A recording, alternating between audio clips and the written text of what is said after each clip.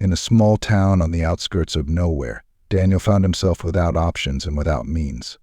The last of his coins had vanished as quickly as he had arrived, leaving him desperate for a place to stay. As he wandered down the fog-choked streets, a hand-scrawled sign caught his eye, room for rent.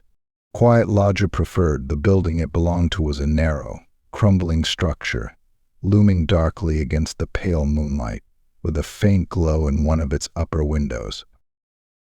When he knocked, the door opened almost immediately, as though someone had been waiting. An old man stood there, his thin frame silhouetted in the dim light from the hall.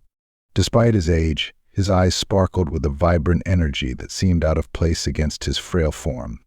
His grip, when he shook Daniel's hand, was strong, almost uncomfortably so. "Looking for a room, are you?" the old man said, his voice a low rasp that sounded strangely eager.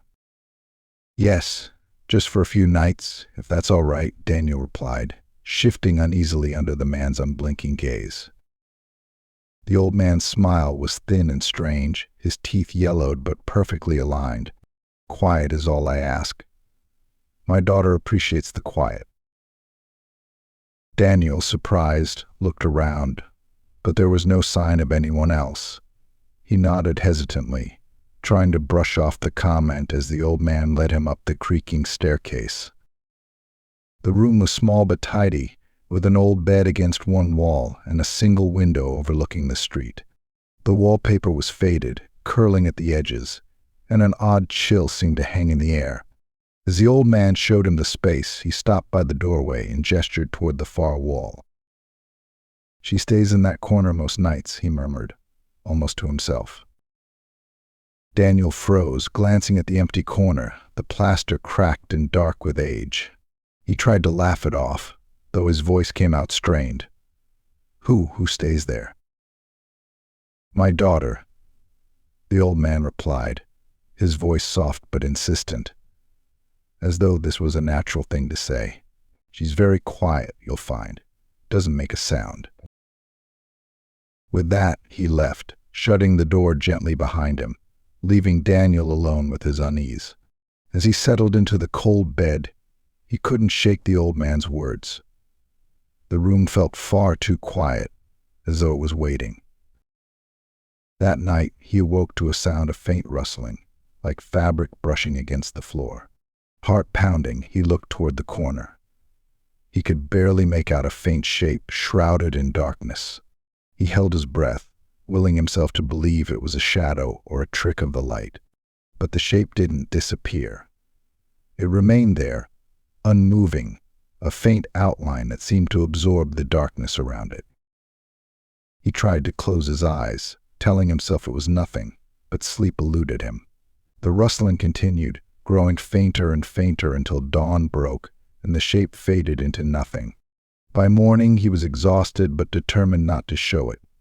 He had few places left to go after all. The old man seemed to know. As he passed Daniel on the stairs, his thin smile returned. "She doesn't sleep well," he whispered. Over the next few nights, the presence grew stronger. The figure in the corner would shift, flickering in and out of visibility, a silent shape that seemed more solid with each passing hour. Daniel noticed the old man never fully left the apartment. He wandered the halls in the dark, murmuring to himself, his voice soft and indistinct. Once, Daniel caught a fragment. "I won't let her go, not yet." The words haunted him. He tried to leave, packing his things in haste one cold dawn. But he found the door bolted, the key missing from the lock. The old man stood in the hallway, his eyes sharp and unyielding. "I've kept her here, you see," he whispered, his voice thick with longing. "They took her from me, so I brought her back. She's quiet, but she stays." The room felt suffocating. That night, the figure in the corner was not silent. He heard it breathe, a soft, rasping sound, as though through lungs that had not drawn air in years.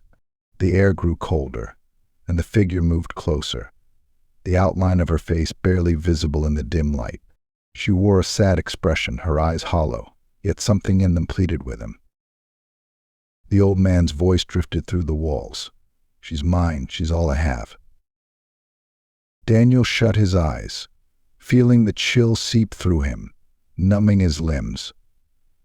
When he finally drifted into an uneasy sleep, he dreamt of her, a young woman with sad eyes, reaching out to him from a place of shadow, her lips forming silent words. The next morning he awoke to find faint bruises on his wrists, as though grasped by an unseen hand. The figure in the corner was gone, but he could still feel her presence, lingering in the walls, in the cold silence that filled the room. On the final night, Daniel lay awake, waiting, knowing she would come again. The room felt different, heavier, as though some unseen weight pressed down upon it. The old man's voice was a faint murmur beyond the door, a chant of possession, of unwilling release. The figure appeared, closer this time. He could see her face, drawn and pale, her eyes wide with sorrow. She lifted a hand, reaching toward him, and he felt a wave of cold wash over him. Her mouth moved, and he understood at last. "Help me." In the morning, the room was empty. The bed was undisturbed, the sheets untouched, and there was no sign of Daniel. The old man hummed as he moved through the hall, his thin, sad song drifting through the silence. In the room, a faint outline lingered in the corner, barely visible but unmistakable, a second shape, silent, waiting, bound to the quiet once more. If you like this story, and for more dark stories, please hit the like button and subscribe to my channel. See ya!